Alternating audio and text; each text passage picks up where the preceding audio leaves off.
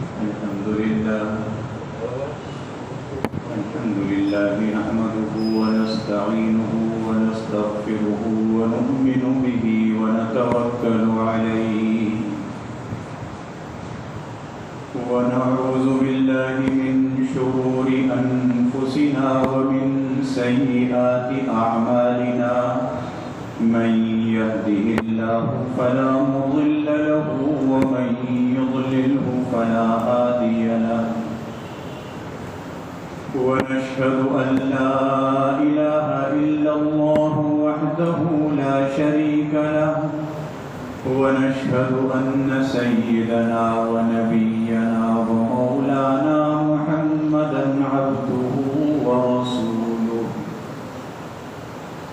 صلى الله تعالى عليه وعلى آله وأصحابه وسلم تسليما كثيرا أما بعد فأعوذ بالله من الشيطان الرجيم بسم الله الرحمن الرحيم يا أيها الناس كلوا مما في الأرض حلالا طيبا ولا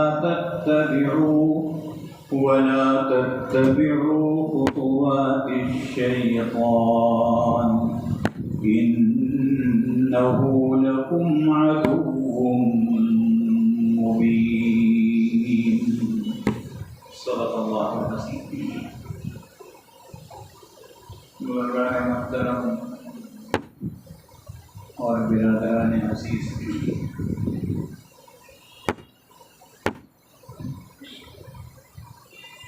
حلال اور حرام کے متعلق آپ کے سامنے چند باتیں عرض کی جا رہی ہیں۔ یہ بتلایا گیا تھا کہ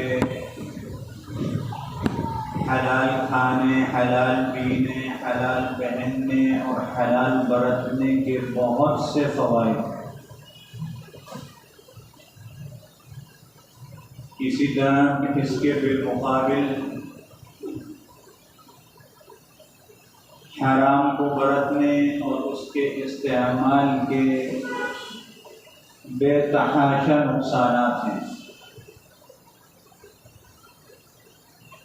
اس میں سے یہ بھی بتلایا گیا تھا کہ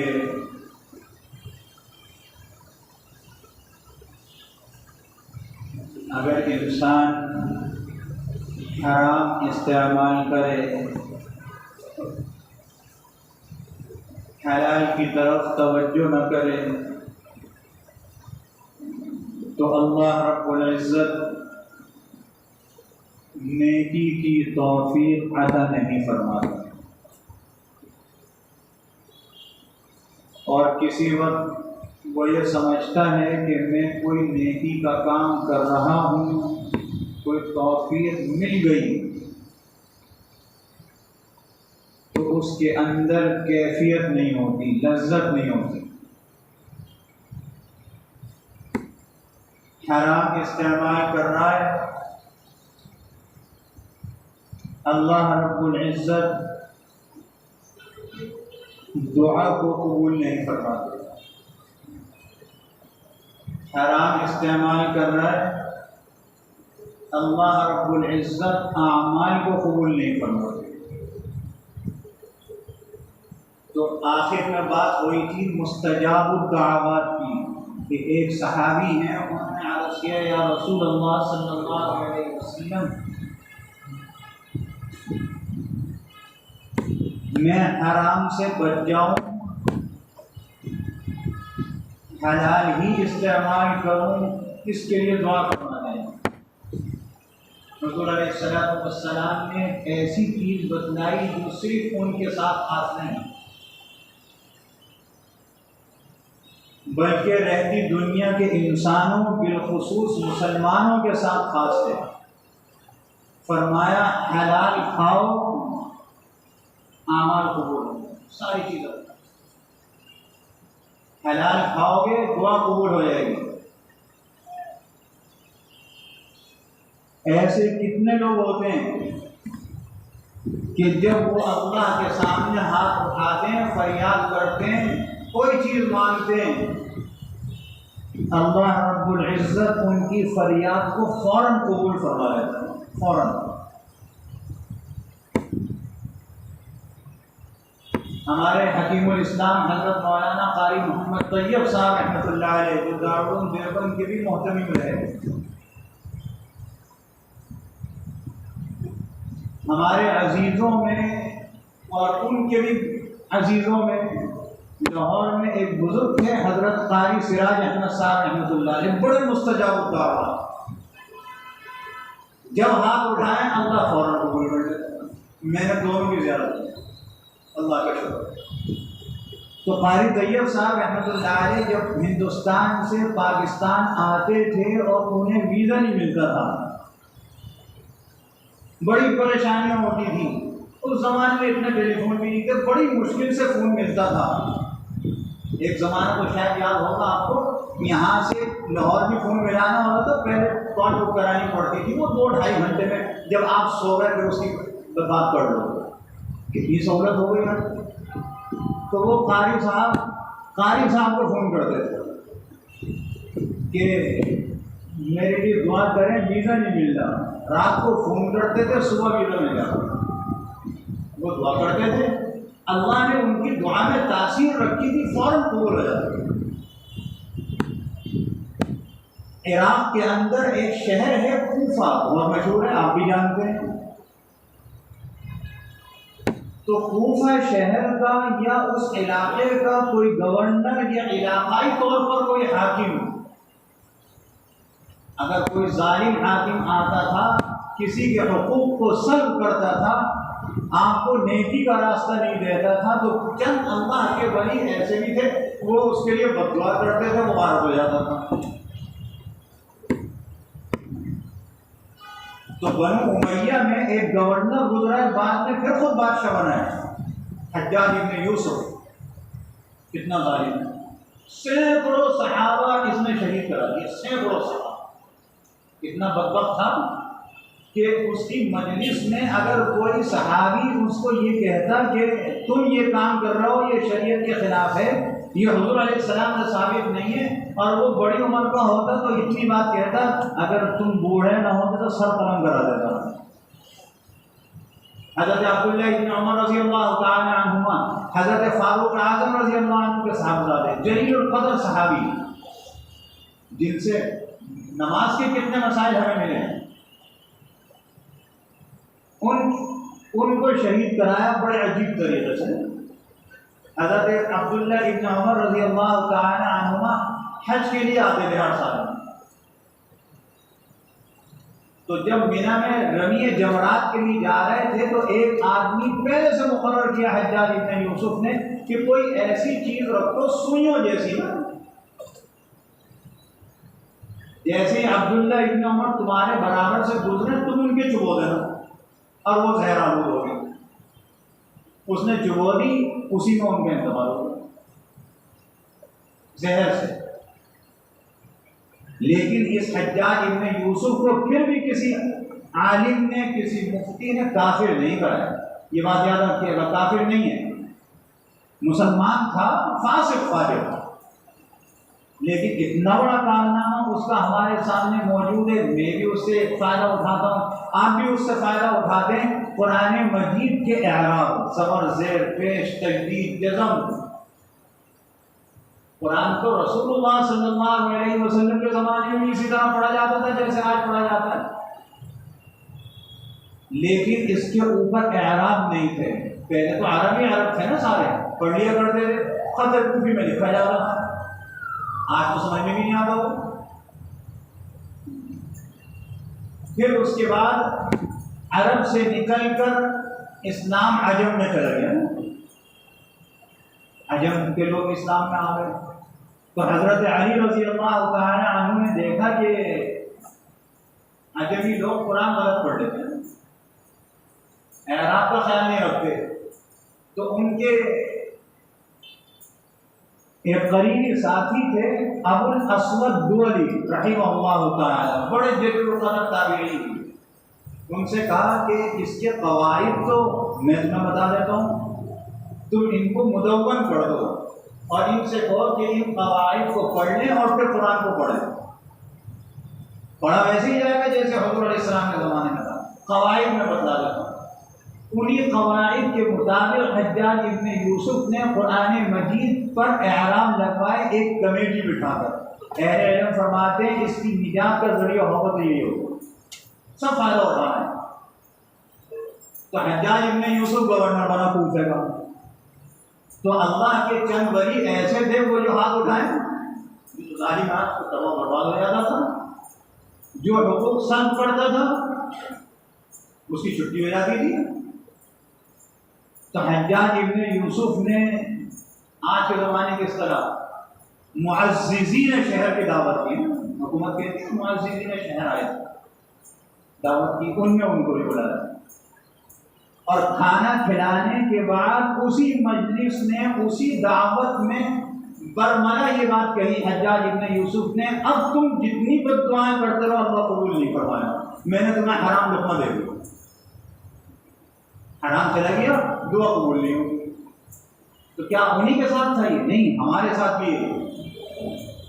یہ صرف ایسا نہیں ہے کہ صرف بتلا دیا اور پڑھ لیا بس ہو گیا تھا، ایسا نہیں ہے، یہ ہمارے ساتھ بھی ہو رہا ہے۔ دعائیں قبول نہیں ہو رہی، اس کی ایک سب سے بڑی وجہ یہ ہے کہ ہم حلال حرام کی تمیز نہیں کرتے، مشکوک چیز کی تمیز نہیں کرتے۔ ایک بزرگ گزرے ہیں، بہت بڑے اللہ کے ولی تھے، آپ نے نام سنا ہوگا، ابراہیم ابن ادہم رحمہ اللہ تعالی۔ 163 ہجری میں ان کا انتقال ہو گیا، تو مطلب یہ 1250-1300 سال پہلے کی بات ہے۔ اپنے اوپر بیتا ہوا واقعہ بتلاتے ہیں، اور اس واقعے میں کئی سبق ہیں ہمارے ساتھ۔ یہ صرف میرا واقعہ نہیں ہے کہ واقعہ سن کر ذرا سی جھرجھری آ جائے، نہیں ایسا نہیں۔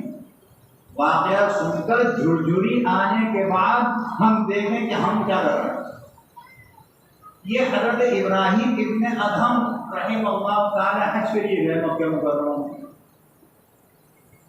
اور مکہ مکرمہ میں حج کے بعد اس سفر میں ایک دکان سے کھجوریں خریدی،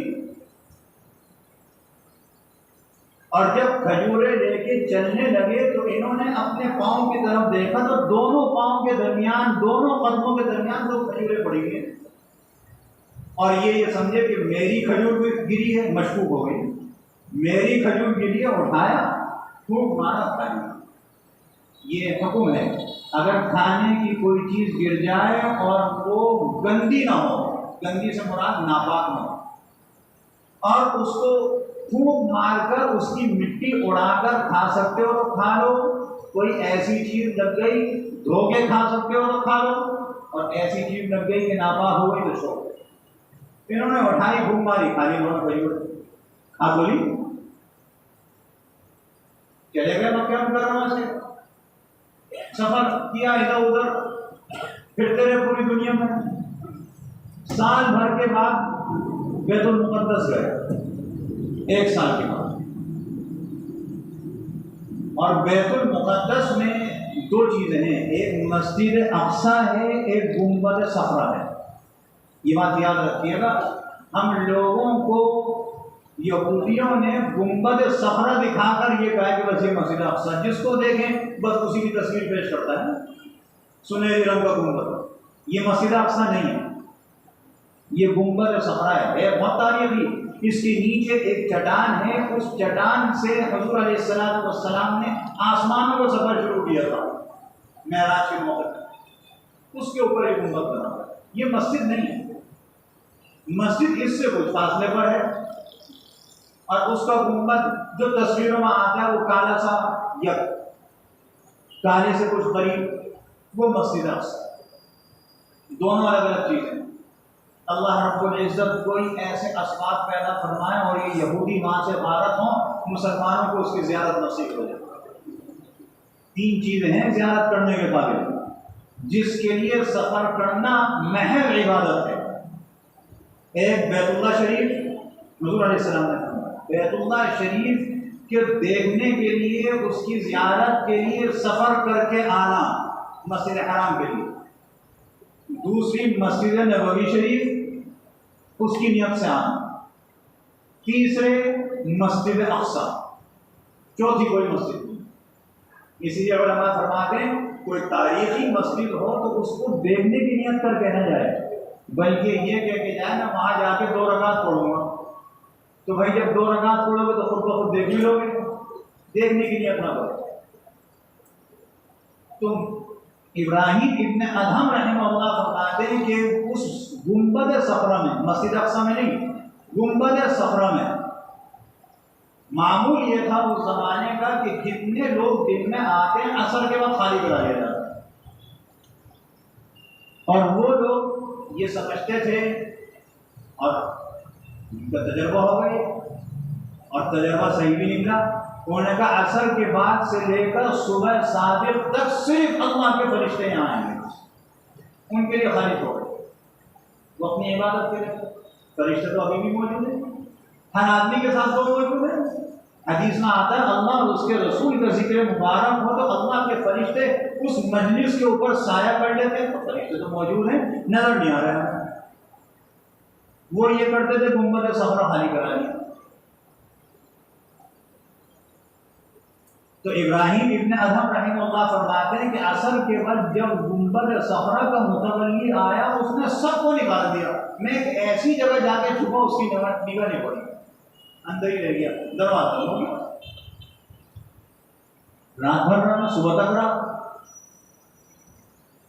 تو مجھے آواز آئی، اور یہ آواز اللہ کے فرشتوں کی تھی، فرشتوں کی جماعت جب آئی، ایک فرشتے نے یہ بات کہی کہ یہاں ابن آدم کی بو آتی ہے، ابن آدم مطلب انسان کی، آدم کے بیٹے کی بو آتی ہے، اور فرشتے جتنی بات کر رہے ہیں یہ سب اللہ ان کو بتلاتا ہے نا، فرشتے کو عالم الغیب نہیں ہے۔ دوسرا فرشتہ کہتا ہے ہاں آدم کے بیٹے کی تو بو آ رہی ہے، لیکن معلوم ایسا ہوتا ہے کہ یہ خراسان کا بہت بڑا عالم ابراہیم ابن ادہم ہے، خوشبو سے۔ تیسرا فرشتہ یہ کہتا ہے کہ ابراہیم ابن ادہم وہی جن کے اعمال اللہ آسمانوں پر اٹھاتا تھا اور وہ قبولیت حاصل کرتے تھے، وہی ابراہیم ابن ادہم۔ چوتھا فرشتہ کہتا ہے ہاں وہی ابراہیم ابن ادہم۔ پانچواں کہتا ہے آج کل میں 1 سال سے دیکھ رہا ہوں کہ ان کے اعمال آسمانوں پر نہیں اٹھائے جا رہے، مطلب یہ کہ جتنی نیکیاں یہ انجام دے رہے ہیں اللہ قبول نہیں فرما۔ ابراہیم ابن ادہم فرماتے ہیں میں نے سب کی بات سنی اور آخری بات کہ ان کے اعمال قبول نہیں ہو رہے، میں نے رونا شروع کر دیا، رونا شروع کر دیا۔ یہ کیا ہوا؟ ساری رات گزر گئی، صبح صادق کے بعد جیسے ہی دروازہ کھولا لوگوں نے آنا شروع کرا، میں ان کے جب گڑھے میں نکلا سواری پر بیٹھا سیدھا مکہ مکرمہ۔ کتنے دن میں پہنچے ہوں گے؟ کہتے ہیں کہ 20-25 دن کا راستہ تھا اونٹ پر، سیدھا مکہ مکرمہ۔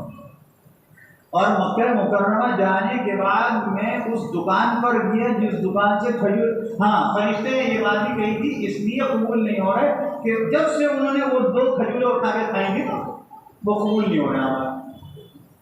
ابراہیم ابن ادہم کہتے ہیں میں صبح سیدھا مکہ مکرمہ 20 دن کے بعد 25 دن کے بعد پہنچا، دکان پہ گیا، ایک نوجوان کھجورے بیچ رہا تھا، میں نے کہا وہ بڑے میاں پچھلے سال یہاں تھے کھجورے بیچتے تھے، کہاں گئے؟ کہنے لگے جی ان کا تو انتقال ہو گیا، تھوڑا سا 2-4 منٹ اوپر ہو جائیں گے بیان پورا ہو جائے گا۔ کہنے لگے ان کا تو انتقال ہو گیا، انہوں نے اپنا سارا واقعہ سنایا۔ اب آپ دیکھیے سبق، اس نے کہا کہ میں ان کا بیٹا ہوں، ان 2 کھجوروں میں سے باپ کا تو ترکہ تقسیم ہوا نا، تو ان 2 کھجوروں میں بھی ترکہ تھا، تو ان 2 کھجوروں میں سے جتنا حصہ میرا تھا میں نے معاف کر دیا، اب رہی میری والدہ اور میری بہن، وہ آپ جانے وہ جانے۔ ہم کیسے دبا لیتے؟ پوری چیز دبا لیتے، ماں 2 کھجوروں میں بھی ترکہ تقسیم ہو رہا ہے، اور شرعی حکم بھی یہی ہے کہ باپ کی جتنی چیز ہے اس کے مرنے کے بعد سب میں ترکہ تقسیم ہو، اچھی اپنے لیے دوسری کسی کے، ایسا نہیں ہے، بالکل بھی نہیں ہے۔ شریعت کے مطابق.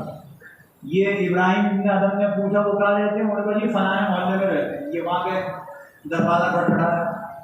بڑی بھی آئی ہے لاٹھی ٹیکتے ہوئے. انہوں نے سلام کیا, انہوں نے جواب دیا. انہوں نے کیسے آئے؟ سارا قصہ سنایا. بڑی بھی نے کہا اچھا ان 2 کھجوروں میں سے جو میرا حصہ تھا میں نے بھی معاف کر دیا. انہوں نے کہا آپ کی بیٹی؟ اس بیٹی نے کہا میں نے بھی معاف کر دیا. اب یہ معاف ہو گیا نا سارا. جو کھایا تھا حلال ہو گیا, پہلے حرام تھا, مشکوک تھا نا. اور یہ سمجھے تھے شاید میری ہے, مشکوک ہو گیا. ان کو یہ تھوڑی پتا تھا کہ ان کی ہے, ان کی ہوتی تو کھاتے ہی نہیں. بھلا بتائیے جو اتنی دور سے سفر کر کے آیا وہ حرام کھائے گا؟ یہ ساری چیز کر کے عمرے کے ارکان ادا کر کے پھر سواری میں بیٹھے بیت المقدس. بیت المقدس جا کے پھر وہی حربہ اپنایا, گنبد صخرہ میں گئے, سارے آدمی نکال دیے گئے, چھپ گئے. یہ رات کو رہے. پھر فرشتے آئے, فرشتے نے کہا معلوم ہوتا ہے ابن آدم ہے یہاں پر. دوسرے نے کہا وہی ابراہیم ابن ادم معلوم ہوتا ہے. تیسرے نے کہا ہاں جب سے اس نے ان 2 کھجوروں کو معاف کرا لیا ہے اللہ نے پھر اعمال قبول کرنے شروع کر دیے. کیا مسئلہ نکلا؟ حلال کا. حرام اتنی بری چیز ہے, حرام اتنی بری چیز ہے کہ اللہ ہم نماز پڑھ رہے ہیں, ہم روزے رکھ رہے ہیں, ہم صدقہ خیرات کر رہے ہیں, ہم تلاوت قرآن کر رہے ہیں, ہم اپنے پڑوسی کا حق ادا کر رہے ہیں, ہم کسی غریب کو مسکین کو دے رہے ہیں, لیکن حرام ہے, قبول نہیں ہوگا, قبول نہیں ہوگا. فرق اتنا ہے کہ وہ اللہ کے انتہائی مقرب تھے, انہیں پتہ چل گیا, اور ہم بے حس ہو گئے, ہمیں حس ہی نہیں ہوتی, ہمیں پتہ ہی نہیں چلتا. تو کیا یہ پتہ نہ چلنا اس کا مطلب یہ کہ حرام کھاتے رہیں؟ نہیں, ایسا نہیں. اللہ کا حکم ہے نا کلوا من طیبات ما رزقناکم, کلوا مما فی الارض حلالا طیبا, زمین میں جو چیزیں حلال ہیں وہ کھاؤ. ولا تتبعوا خطوات الشیطان, شیطان کے قدموں پہ مت چلو, یہ شیطان کے قدم میں حرام. انہ لکم عدو مبین, اللہ فرما رہا ہے, بار بار قرآن میں فرما رہا ہے, مختلف پیرائیں میں فرما رہا ہے, تمہارا بدترین دشمن ہے. باقی انشاءاللہ آئندہ دن میں عرض کیا جائے گا. اللہ رب العزت ہم سب کو یقین کامل کے ساتھ عمل کی توفیق عطا فرمائے. وآخر دعوانا الحمدللہ رب العالمین. سنت